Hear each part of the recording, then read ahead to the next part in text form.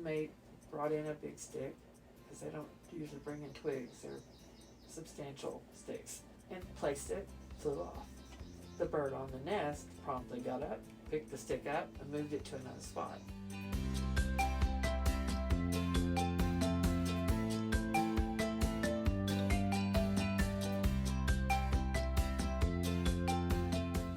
Hi everyone, we are back again this week on the BioBlitz Oklahoma podcast, highlighting a state park, but also meeting an expert, longtime park naturalist Leann Bunn. I'm Priscilla Crawford, co-coordinator of BioBlitz Oklahoma and a conservation biologist with the Oklahoma Biological Survey. But it's Angelina again who takes the reins in this episode. She sits down with Leann to talk about Tenkiller State Park.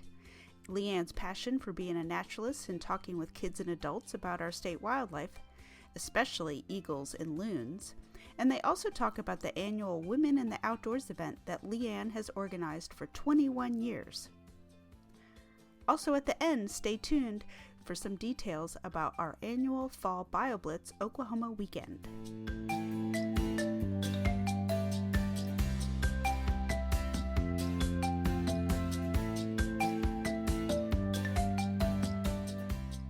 My name is Leann Bunn. I'm the naturalist here at Tenkiller State Park. In March, I will have been at this park for 22 years, so I've kind of been around a while. You're well versed in Tenkiller State Park. That's a very good way of putting that. So we're at this beautiful park that a lot of people have probably heard the name of over the years, but tell us a little bit about where in the state you're located, where the park is located within the lake. Well, we are in the northeast side of the state. We're just about 45 minutes from the Arkansas state line. We are part of the Ozark Plateau. We're actually the very southwest edge of the Boston Mountains. Lake Tenkiller is made up from an Ozark stream, the Illinois River that comes out of Arkansas. So it makes it a very unique habitat, runs through lots and lots of limestone, so it's a pretty clear, it's a diver's destination lake. Anybody that likes to play in the water or on the water really love to come to Tenkiller because it's deep.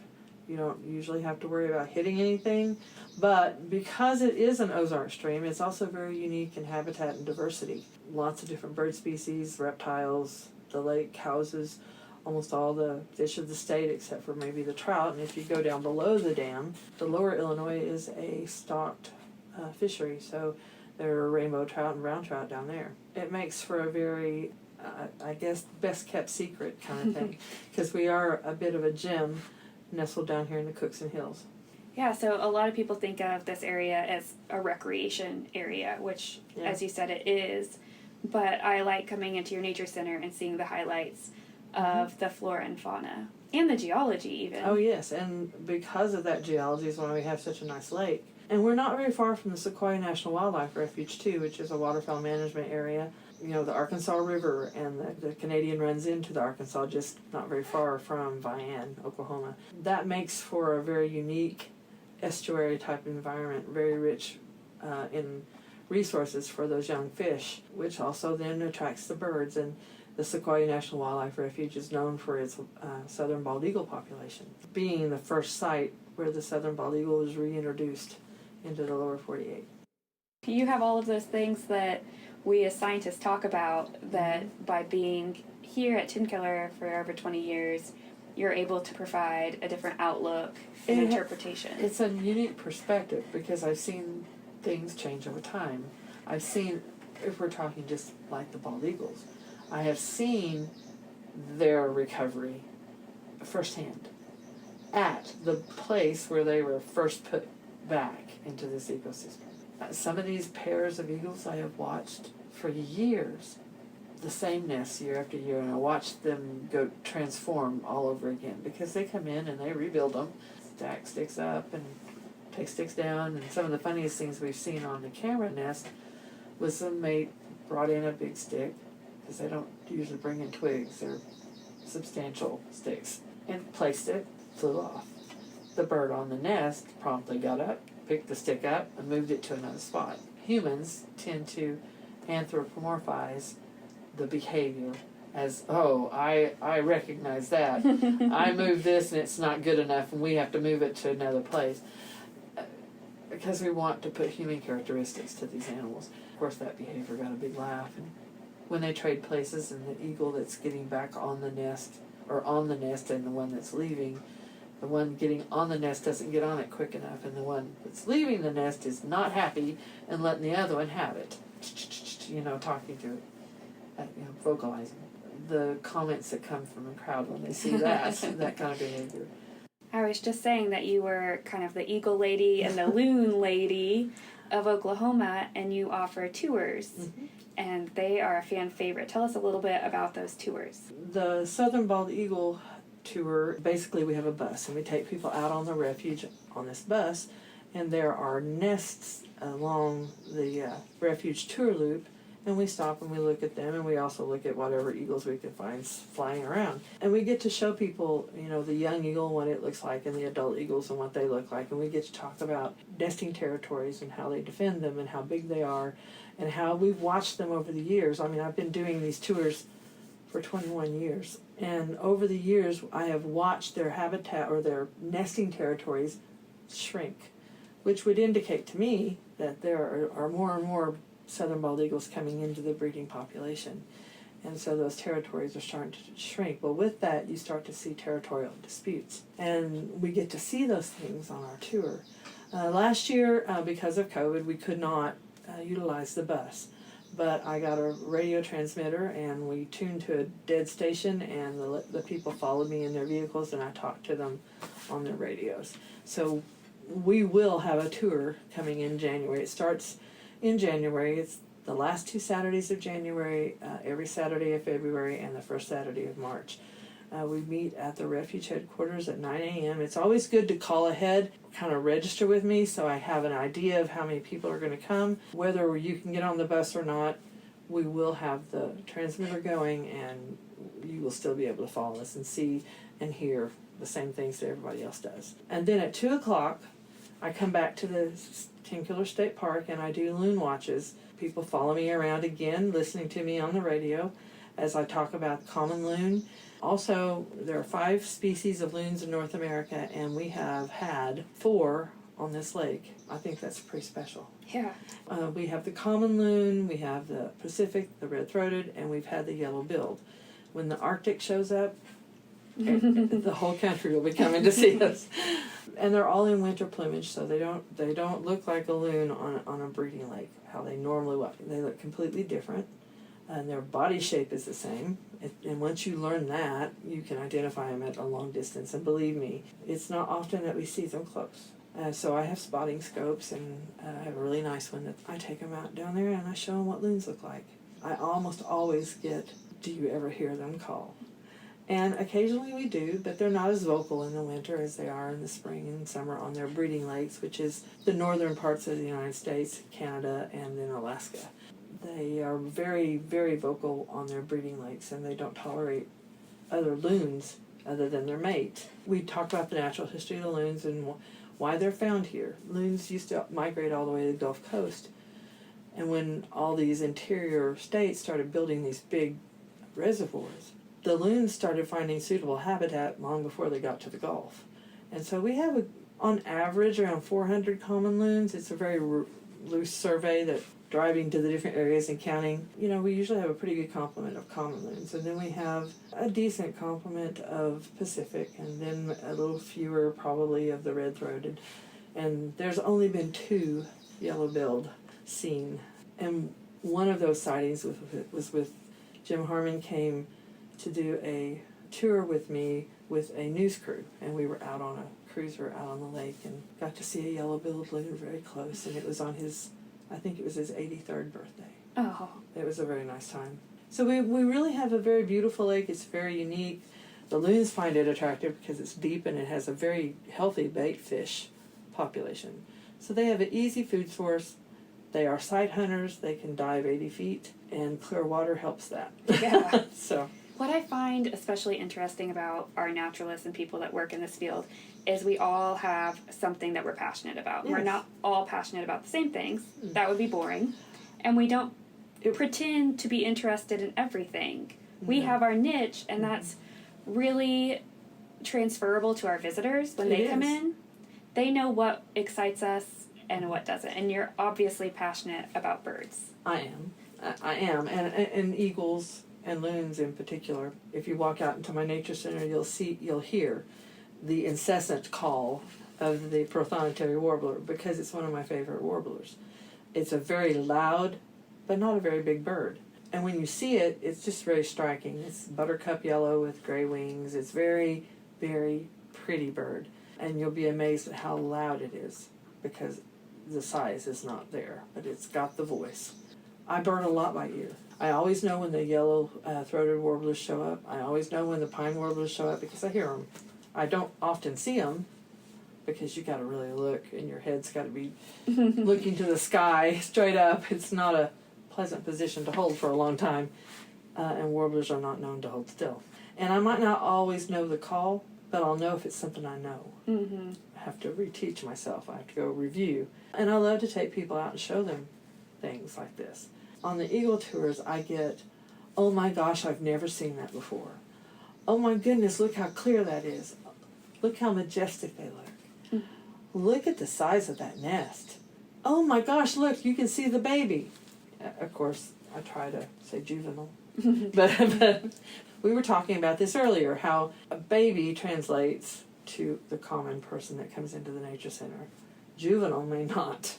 So a lot of times even though it's difficult for a biologist not to say juvenile, I don't correct the people. What good would that do us? We want them to be excited, not chastised. I'm getting chills just hearing you talk about it, because I experienced that too in our line of work. We take for granted these things because we've seen a million eagles, but seeing those people, and it's not just kids. No. Sometimes it is people older than us seeing a bald eagle for the first time. For the first time. I have one of my most dedicated volunteers was on my eagle tour one time. And she came to me and she said, "It is obvious that you enjoy what you do." And I said, "Well, this is one of my most favorite things to do." I said, "It's one of the most successful conservation stories that we have in Oklahoma, in the country. What Sutton did was phenomenal, and how quickly the eagles came back just when we changed a few laws and banned a pesticide. We have the bald eagle back in the lower 48. We don't have to wait till winter to see them. We can see them year-round. The reason the southern bald eagle nests in the wintertime is because we get hot here. And those eggs would cook up in those nests if it weren't for the fact that they're raised, the chicks are hatched and raised in the winter. And then they're ready to go by the time spring gets here. They're ready to leave the nest and learn to be a bald eagle. I don't know what the percentage is, but there's a high mortality rate with first-year eagles. They run into lots of eyeline wires. Am I passionate about it? Yeah. You just can't get enough of hearing people go, "Oh my gosh, wow." And it's like this unique look on their face that I can't even describe, that's like wide-eyed and I just never overjoyed. knew this. I just discovered this. This is a new discovery, and I'm not a young person anymore.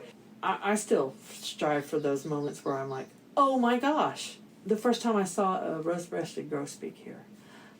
The first time I saw a western tanager in Mays County, which is unheard of, okay? But I saw it. I got a good look at it. I know what I saw.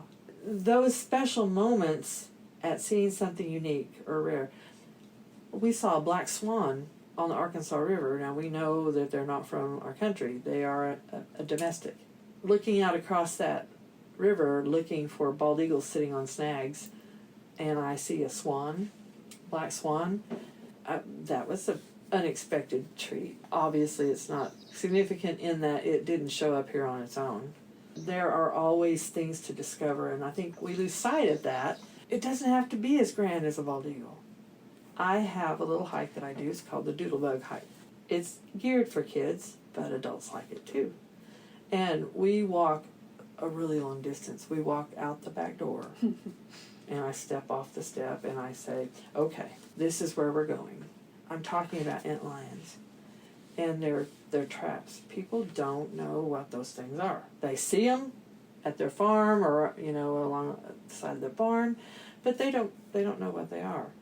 The minute you dig one of those little things up and First off, you have to find it after you have dug it up. Because they look just like the dirt they live in.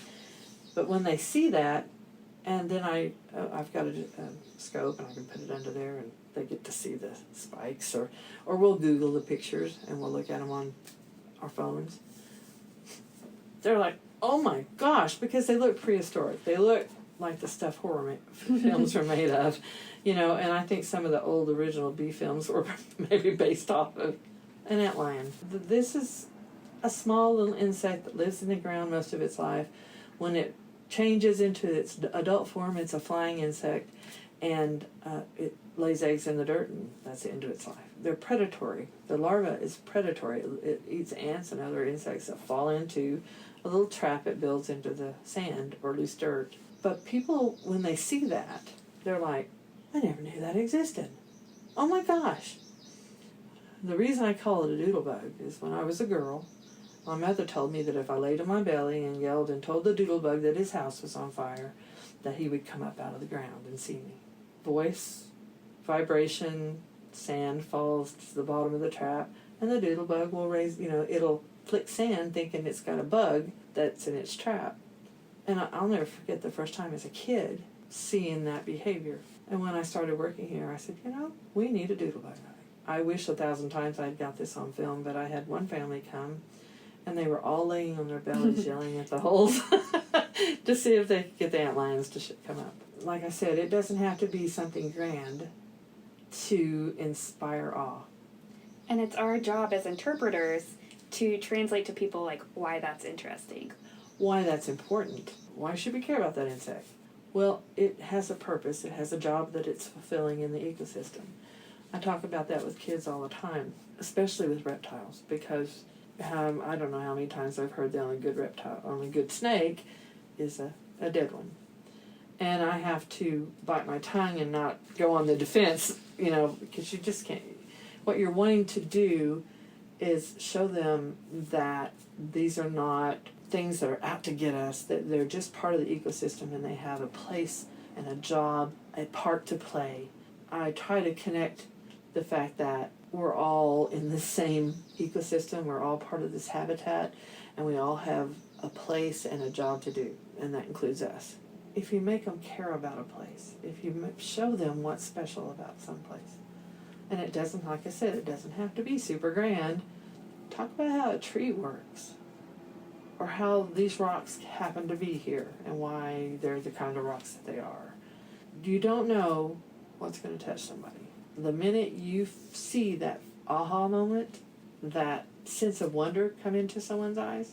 I do a hummingbird and butterfly garden out back, and we have milkweed out back, and normally we have caterpillars all over it, and this year's been weird. I haven't gotten any caterpillars yet.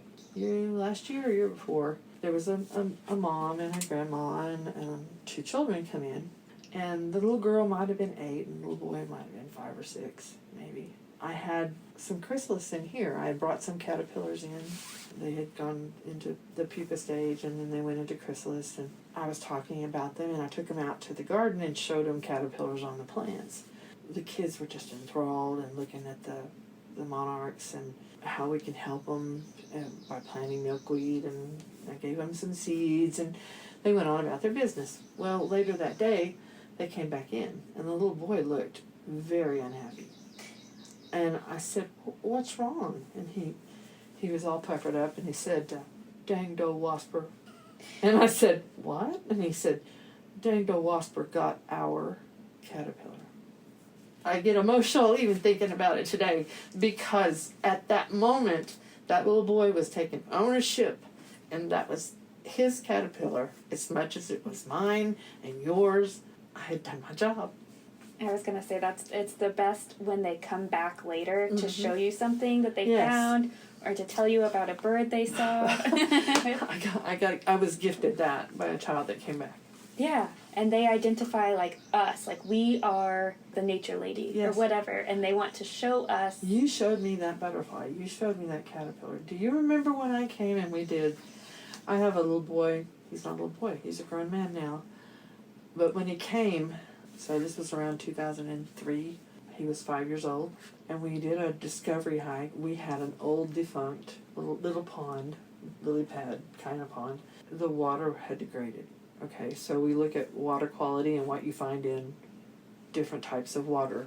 A very high quality stream, what kind of insects are you going to find? And a very low degraded stream, what are you going to find? So we sampled some of the water, and I captured what is called a rat-tailed maggot. Very exciting. Sounds appealing. Truly. It looks very appealing too. Ugliest looking thing. But it looks like a maggot with a tail. That little boy still comes back to this park as a grown man. His brothers, his grandparents, they all come to see me before they leave the park. They don't come and do my programs anymore, but they want to see me because I made their time at this park special. I showed that little boy that rat-tailed maggot under a microscope, and he was amazed that there was a worm that had a tail. And he's in the Navy now. Those moments are priceless. Those people are still coming back to this park. I can't say that it's just me that they're coming back for, but they make sure they see me. I made it special for their kids, their grandson. We probably do that more often than we're even aware. What do you love about Tenkiller? Oh, I love the geology. I love rocks. If you look around, you probably see a few. I love the fauna. I love the fact that we have these beautiful old-growth forests not very far from us. In fact, I'm in mourning for some of the forests around here because logging has discovered us. And it's not selective. It's clear-cut, and it's sad to me because we will never see those old-growth trees again. The Cooks and Wildlife Management area is one of my favorite places because it is just filled with these beautiful old-growth hickory and oak. It's just a special place. People think I'm silly because if I find an old tree, a big old tree, I will go lay hands on it. I want to touch it. Our bio-blitzers, we're all tree huggers too, so you're amongst friends. I'm a conservationist. I do believe in responsible use, but there's a difference between completely destroying a habitat and utilizing it. We gotta have wood. We gotta have houses. I don't see myself as a tree hugger. Depending on what circle you're in, that could be very negative. Mm-hmm. I remember one time in an interview I was asked, what's the difference between a conservationist and an environmentalist? Oh, okay. Well, a conservationist believes in responsible use. Hunting and fishing and taking trees and not destroying the resource. An environmentalist, hands off, don't touch anything, don't do anything, don't take anything. I love the uniqueness of this area. To me, it's very special because it is like the Ozarks. Very clear water, which I really love, and cold water, which I really love, and all the things that are found in it. And then I'm so close to the river, too, the Arkansas River. That special waterway in that it connects us to the ocean. There's so much stuff that goes down that river, back and forth, barge traffic and the things, the commerce that goes on there, but also flood control and creating habitat that so many things are attracted to. It's hard for me just to pinpoint one thing about here that I love. I was raised on the northeast side of the state, north of Tahlequah, Oklahoma, in a little town called Spavinaw. Between Spavinaw and Strang, there'll be spots in the road. I've just always been outside. I grew up with older parents, so I was raised by myself. My mother was an outdoors woman. She raised huge gardens, and we hunted and we gathered. I grew up in a hunter-gleaner family, so we fished and we gathered wild mushrooms and wild greens, and that appreciation for the resource. Mm-hmm. You understand these lands and the seasons. Yeah. I want everybody to.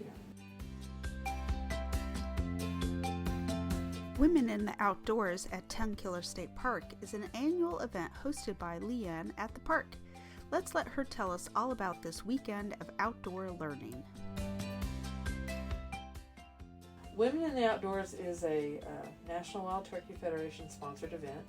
It is a hunting heritage program, so we're trying to encourage people to get involved in hunting and fishing because that is how our conservation dollars are raised here in the state.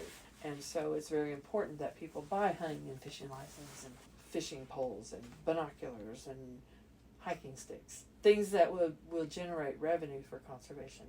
I had already kind of mentioned that my mother was the first woman in the outdoors for me. She's the one that took me outside and took me to the woods when I was very young. Do I think that's a valuable thing? Yes. We need more women out there taking their kids to the woods, taking their kids fishing, taking them hiking, taking them outside. If you will look at my door as you go out, I have a sticker on my window right here, and it said, "No child left inside." I really find that super important. Kids need to know how to play. They need to be outside and experience a bug and not be terrified that they've got a ladybug on their finger or that there are wasps flying around. Occasionally that happens. We don't get that many children stung. It happens. Of course it happens. But my point is, they don't need to be terrified of everything that they see outside. That I find that very important, that mothers and grandmothers, and not just dad, takes their kids out to go to the woods or go fishing. If you get mom involved and dad's involved, then it's automatically the children go.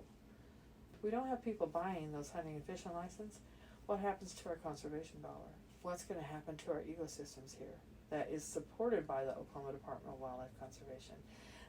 But for me, the most important thing is getting women involved in these same activities. It's probably 13 years ago, I went hunting for the first time. Hunting is not for everybody. It is not. You have to know why you're there and what that act of taking that animal means. With deer, their populations just go crazy here. If we did not have a culling, if you will, a taking of some of those animals out of the herd, disease, starvation, it becomes very apparent. At Sequoia, where you were based, when I was there at Sequoia, there was a serious problem with deer. It was very clear, the browse line, they would eat everything up to where they couldn't reach any more further. You could see it, and you could see it in the deer. The deer were stunted, they were small, they weren't super healthy, and they just funneled into that little peninsula that Sequoia is, and they didn't leave. I am so pleased that now they do have controlled hunts at Sequoia. When I was there, they did not, and it was apparent. It's not always pretty, believe me. I've had instances where taking an animal was very emotional. But I go every year because I do like deer meat, and I like that to be self-sufficient. Being able to take it for myself and being able to take care of it myself. So I find that an important skill.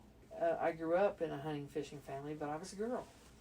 It wasn't something that we were encouraged to do. I could fish. I could do anything except go hunting with my dad. Women in the outdoors, we offer classes in like skeet shooting and archery, and we have mentored hunts that we support on private lands. And we have soap making. We're working on getting a fermenting class, fermenting foods, so sustainable living type classes.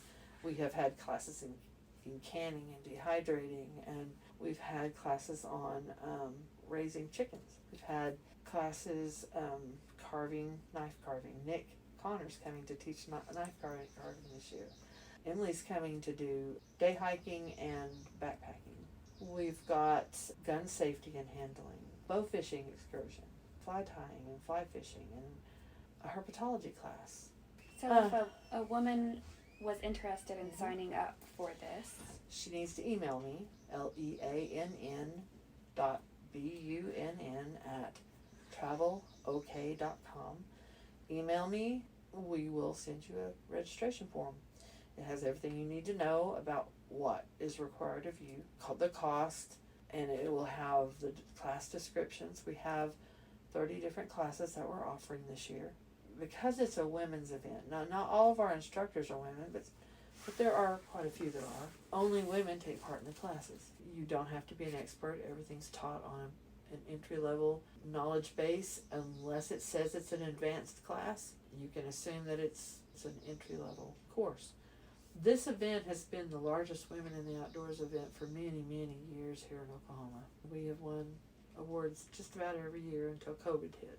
Nobody had events pretty much. I mean, last year we had an event, but it was so restricted. So we faced a lot of challenges with that event, but we still had 72 women come. Yeah, it's a special thing to me. And It was born out of the desire to create situations where mothers are doing things with their kids, and especially their daughters. That's why I called them NWTF and said, I want to have a women's event. They said, what chapter are you with?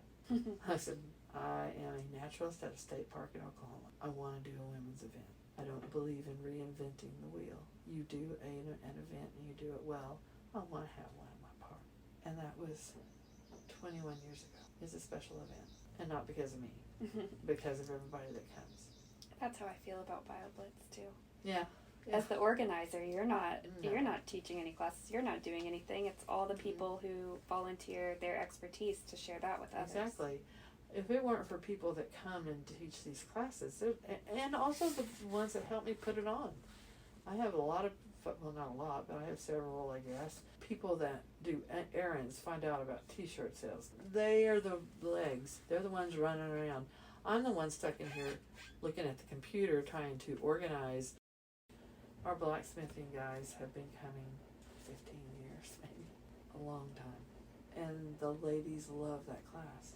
It's hot, it's dirty, you can burn yourself pretty easily, but everybody wears the proper safety gear, and I've never had anyone burned. And they all come out of that class with such a sense of accomplishment. And I think that's probably what's so special about all of these classes. I can do this. I can go hunting. I can go fishing. Empowering them. There you go. It is, very. In fact, that word's been used quite often with these events. Women in the Outdoors is offered all over the country through the National Wild Turkey Federation. And here in Oklahoma, there are several different events. They had the first ever noodling event. Women in the Outdoors noodlers. And those ladies got in the water and put their hands in those holes and pulled out big fish. That's probably something I'm not going to be doing. I grew up with that being part of what my family did. I'm not putting my hand in a hole underwater. Me either.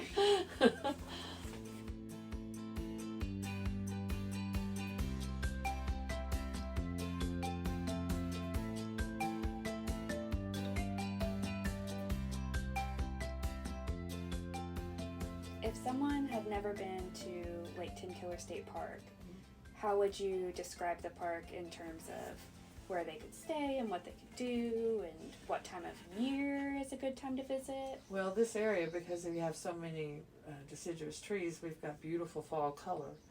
And we have the pines as well. So we've got the pretty green mixed in with all the beautiful colors of the oak and the hickory. Lots of hickory here, so lots of bright yellow and several different oaks that turn really red. And we've got tupelo trees. They turn brilliant red in the fall. So we have lots of really beautiful fall foliage, so the fall is a great time to come. The winter time is a special time for me because of eagles and loons. That's when our southern bald eagles are nesting. This last year we had 9 different active nests that we looked at along the tour loop at Sequoia National Wildlife Refuge. The spring is always beautiful as well. And of course the summer, people who really appreciate playing on the water, I mean, this is a mecca for that. I think that Tenkiller is probably a really great destination no matter when you come. We have about 39 or 40 cabins. We've got 240 campsites. We have a little over 1,100 acres here at Tenkiller State Park, so lots of tent camping as well. We've got 2 full hookup RV campgrounds, and we've got electric and water in the area, several campsites that are like that. And then at the top of the hill across the cove, we've got Blue Jay Knob. The only thing that we're lacking here at Tenkiller is really, we're on a bluff. So are there any RV sites on the water? No. And that's the only thing that we're lacking. But I don't think you'd be disappointed. Yeah, it's a really beautiful park. And you have a pretty nature center here too. Oh, well, thank you. It's small, but we try to pack as much as we can in a small space. Thank you, Leann, for sharing today, and thanks for everything you do for the outdoors. Well, thank you for coming and talking with me.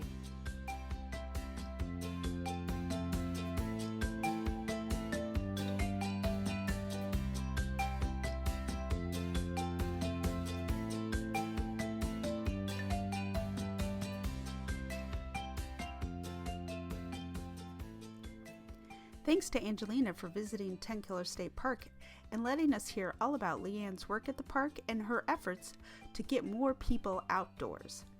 Don't forget, our Fall BioBlitz Oklahoma weekend is just around the corner, October 1st through 3rd. We are going statewide again for 2021. Check out our website for all the details, biosurvey.ou.edu/BioBlitzOK. Be sure to register. We want to know how many of you are celebrating our biodiversity that weekend. Registration is free and you'll receive this year's sticker. These stickers are a throwback to our previous t-shirt design, the flying squirrel logo from the Osage Hills State Park BioBlitz. This podcast is a project of BioBlitz Oklahoma, an outreach program of the Oklahoma Biological Survey at the University of Oklahoma. We hope that you have time to step outside today and explore Oklahoma's amazing biodiversity. Remember, you can find biodiversity right outside your own door.